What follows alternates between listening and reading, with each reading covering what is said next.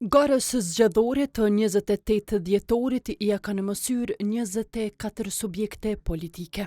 Nga partitë më të mëdha, vetëm Lëvizja Vetëvendosje ka bërë koalicion me 3 parti, derisa të tjerat në zgjedhjet e parakohshme do të hyjnë si të vetme. Subjektet politike, sipas të dhënave nga Komisioni Qendror i Zgjedhjeve, kanë lënë për ditën e fundit deklarimin e tyre për pjesëmarrje në zgjedhje.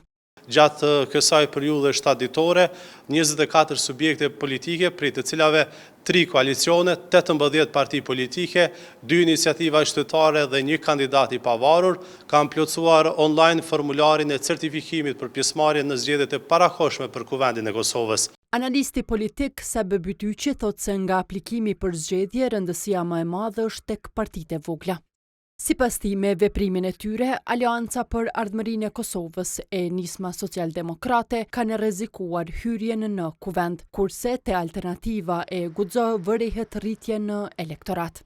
Ka edhe mungesë të unitetit të opozita, sidomos mos futja e AK-s dhe Nismës në ndonjë koalicion, rrezikon që ato dy partitë të mbesin jashtë parlamentit. Më herët partitë e vogla thjesht i kanë listuar kandidatët në listën e Vetëvendosjes. Kjo nënkupton që fuqia elektorale dhe politike e këtyre partive të vogla është më e forcuar, domethënë tash.